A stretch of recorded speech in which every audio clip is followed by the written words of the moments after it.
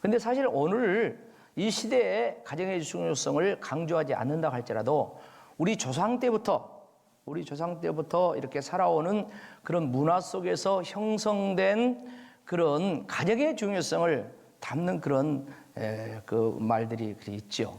특별히 속담 비슷하면서 격언, 금언 그런 비슷한 말이면서 그걸 이제 표구를 만든다든가 족자를 만들어서 가정에 붙여놓고 하는 그런 용어가 있는데 대부분 다 할 수 있는 거예요. 뭐예요? 그렇죠. 가화만사성, 가화만사. 가정이 화목해야 세상 모든 일도 못한다? 잘 된다. 그런 뜻 아닙니까? 그래서 대부분 다 아는 그런 이야기입니다. 그런데 조금 더 거슬러 올라가면 이 가화만사성이라는 이 말에 유래가 있어요. 유래. 이 말이 유래가 있는데 고려 시대 있죠. 고려 충렬왕 때에 이 명심보감이라는 책을 이렇게 짓는데 거기에 보면 제가 한문을 안 써놨어요. 안 써놨고 그냥 한글로 쓰는데 현부령 부기 악부령 부친 지 자효 향친 그리고 뭐요? 가화만사성.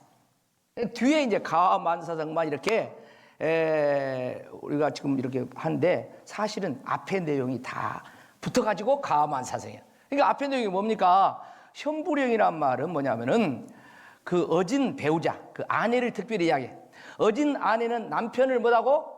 귀하게 아주 출세시킨단 말이 세상말로. 남편을 잘 이렇게 세워주는 그런 어진 부인을 이야기해. 그래서 현부령, 부귀.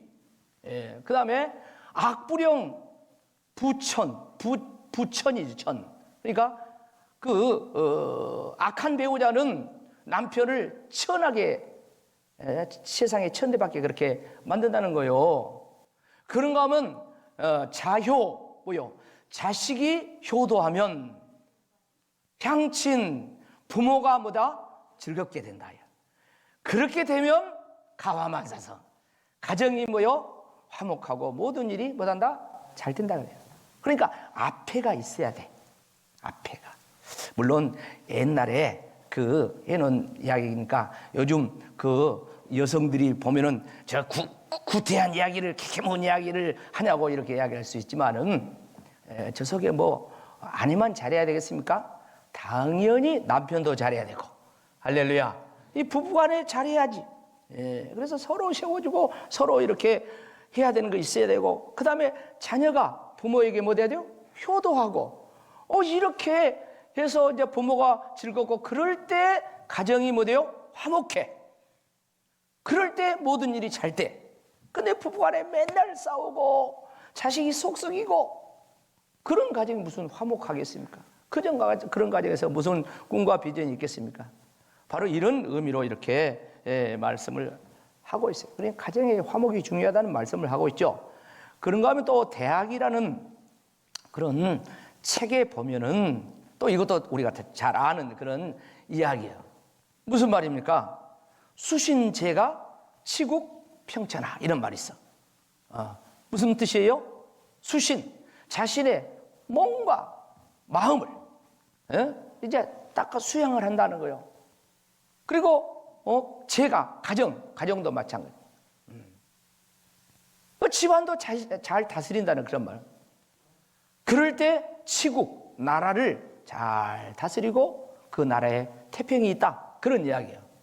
그러니까 이건 뭐냐면 세상에 이제 출사하는 선비들이라든가 요즘으로 치면은 지도자들, 국가 지도자들, 대통령이라든가 국회의원이라든가 또 사회 지도층들 이런 위치에 있는 사람들이 하는 말이요. 자신의 몸과 마음을 수양하고 그리고 가정을 또 잘 이렇게 다스려야 돼. 그래야만이 이 나라도 다스리고 그래서 백성들이 평안하게 산다는 그런 말 아니겠습니까?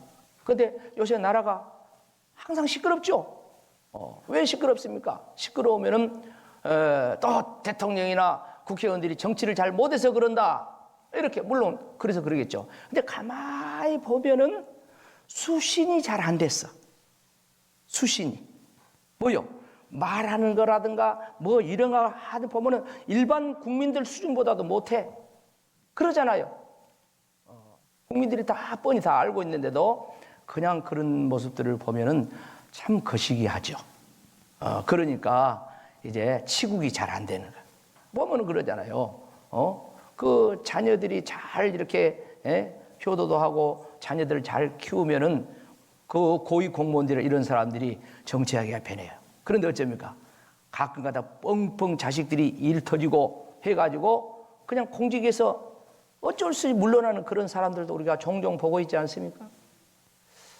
참 이렇게 개인부터 시작해서 가정부터 시작해서 또 크게 나라에 이르기까지 이게 전부 다 이 가정 화목에 뿌리를 두고 있다는 거예요. 뿌리를. 이거 얼마나 중요한지 이루 말할 수가 없습니다. 가정 화목은 가정을 이렇게 화목화하는 그런 가장 핵심적인 그런 요소일 뿐만 아니라 사회생활, 이 사회생활의 이 근본이라는 것을 그렇게 이야기해 주고 있어요. 요즘 뭐 보면은 많은 청소년 범죄라든가 또 이 청소년들의 그 비행이라든가 범죄 연령이 점점 낮아지고 있어요. 막 초등학생들도 그렇게 못된 그런 뭐 일을 하고 죄를 짓고 막 그래가지고 그런 일이 얼마나 많은지 몰라요. 그래서 왜 이런가? 여기에 대해서 범죄 심리학자들이 그런가 하면 전문가들, 상담사들 이런 사람들이 다 이렇게 조사를 해봐, 연구를 해봐. 연구를 해보면은 전부 다 어디로 돌아가냐면 가정으로 돌아가. 가정에 문제가 있다는 거예요. 가정에 보면은 뭐 결손가정이라든가 뭐 다 그런 건 아니에요. 결손가정 아이들도 잘 큰 아이들도 있는데 대체적으로 보면 가정에 문제가 있다는 것입니다.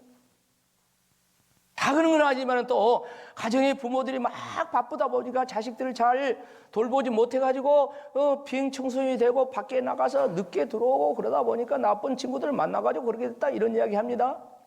그런가 하면요, 이렇게 조사해 놓고 보니까 아버지가 고위층이야, 아버지가 회사 사장이야, 뭐 잘 살아.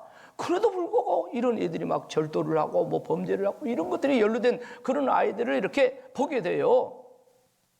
왜 그렇습니까? 다 보면은 가정에 문제가 있다는 거예요. 보면은 가정에 들어오면은 부부간에 뭐 싸운다든가 늘 서로 이렇게 같이 살기는 살지만은 그냥 남남처럼 산다 이런 것들을 자식들이 다 보거든요.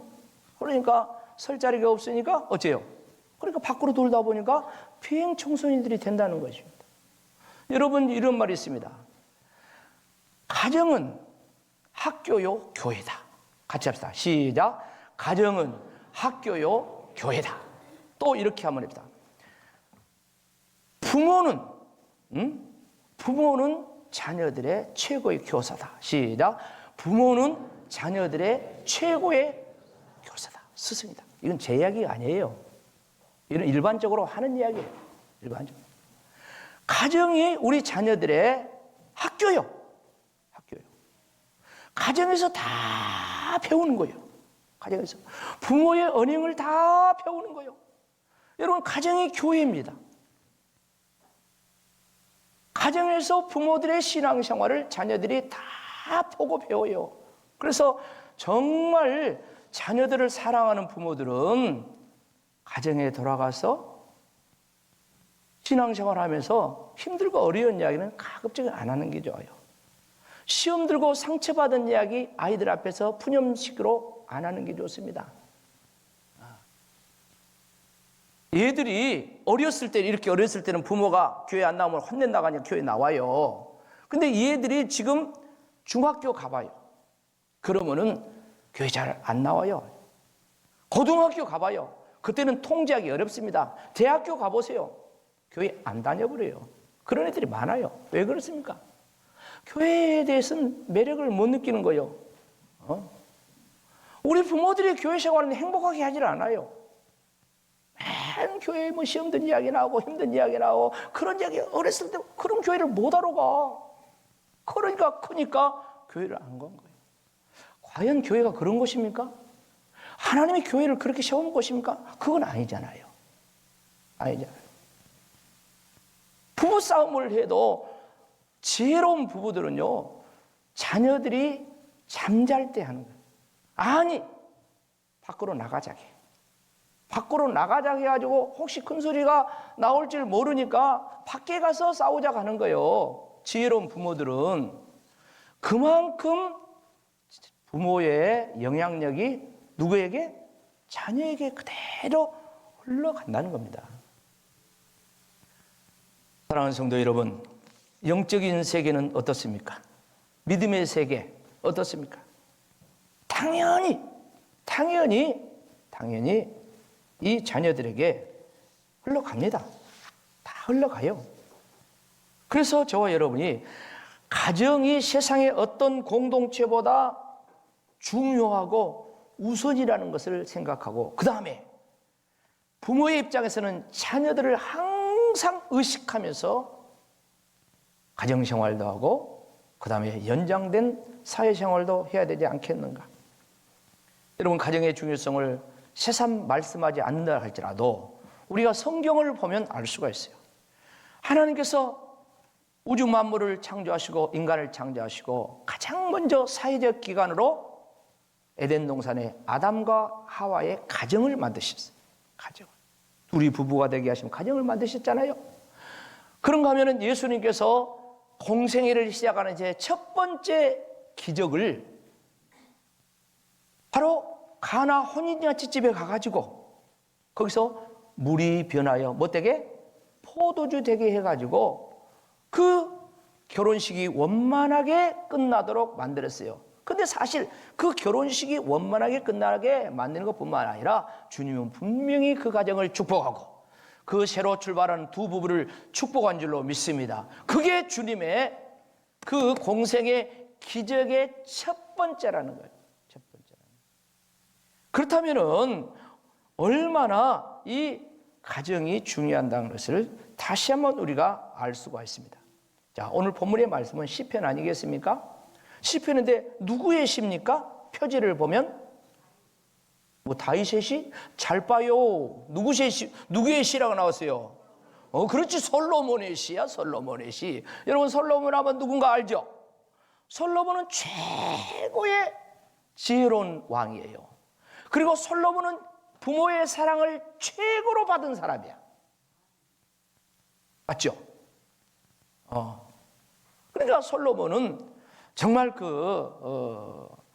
이렇게 하나님의 은혜를 많이 받은 사람이고, 그래서 이제 하나님 말씀을 이렇게 시로 증거할 만한 충분한 그런 영적인 자격이 있다, 이렇게 볼 수 있는데, 그 가정에 대해서 이야기를 하고 있습니다. 하나님께서 집을 세우지 않으면 세우는 자의 수고가 뭐다다? 헛되다. 여기 집이라고 할 때 하우스를 이야기한 거 아니에요. 건물이 아니에요.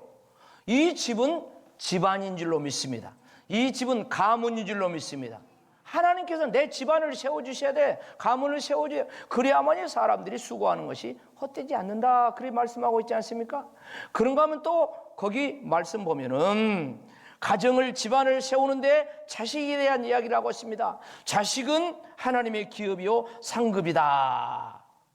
그러면서 자식이 잘 돼야 된다는 것을 이야기하고 있어요. 여러분, 자식이 잘 돼야 집안이 잘 되죠. 집안이 잘 되려면 반드시 자식이 또 손자들이 잘 돼야 돼요. 부모 대에는 내 집안을 일으켰는데 자식 대에 가서 말아먹으면 되겠어요? 손자 대에 가서 말아먹으면 되겠어요? 안 된다는 거예요. 그래서 자식도 잘 돼야만이 바로 그것이 부모의 보람이 되고 그것이 집안이 든든히 세워져 나가는 길이다. 이걸 오늘 말씀하고 있는 것입니다. 자, 그런가 하면 히브리서 7장의 말씀을 보면 거기 전쟁터에서 승리하고 돌아온 아브라함이라는 사람이 제사장 멜기세덱에게 축복을 받는 장면이 나옵니다. 자, 히브리서 7장 6절로 7절 말씀인데요. 같이 한번 읽어볼까요? 시작.